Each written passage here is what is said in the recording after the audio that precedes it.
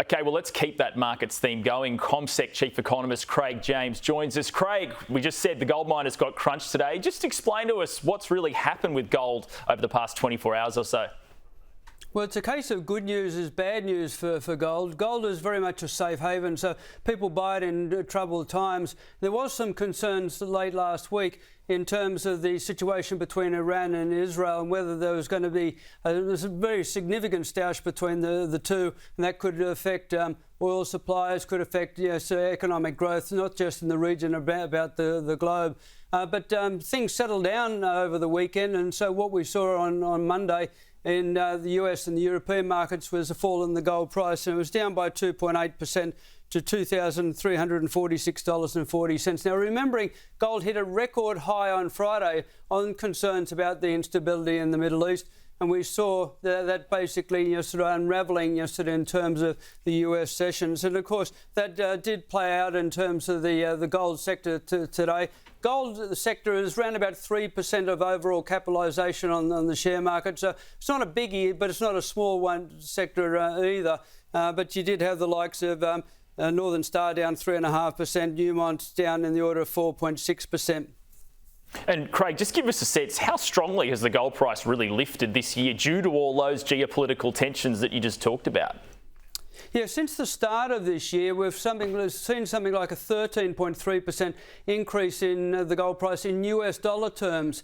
But in Australian dollar terms, given our currency has been falling, it's even been better for our gold producers and up in the order of 20.4%. So certainly it rose to a record high last Friday as well in Australian dollar terms as well as US dollar terms. In Australian dollar terms, it got above $3,700, $3,775 to be precise. Gold, one of our significant exports. We've got very significant exports here in Australia. Here in Australia, you can basically get anything in terms of the commodity space. And certainly in terms of the resources, gold is the fifth biggest export and the fourth biggest export of goods. So here in Australia, accounting for around about 3%, 3.6% of our total trade. And Craig, just generally give us a sense of how the Aussie dollar's been going for the past couple of weeks. Well, the Aussie dollar is very much like gold. It's somewhat a fair weather friend. When in the good times, the Aussie dollar is very much sitting in favour.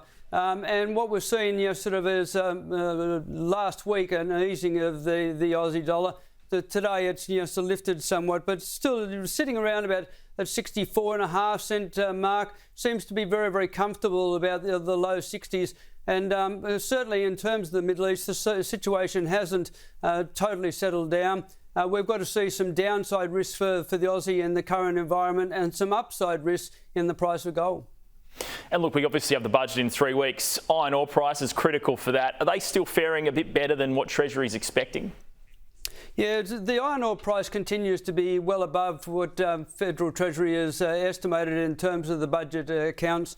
$108.62. It was only up a smidgen on Monday, up by 0.3%. But iron ore is strong yesterday at the moment when you compare it with the cost of production. And BHP, Rio, Fortescue dig it out of the ground at something like $20 a tonne, and you're selling for $108.62 a tonne. That's not a bad margin in anyone's book. Yeah, and you said gold's roughly 3% of the ASX, but I imagine iron ore would be a much bigger portion.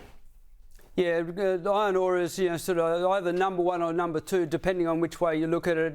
With the coal sector, but yes, it's much more significant in terms of our overall export position, and certainly is therefore more important in terms of the budget speculation. In terms of the budget, the budget's effectively had a very low price around about $60 a tonne as it's Craig, forecast. I'm sorry, we've run out of time. Thanks very much for coming on. Okay.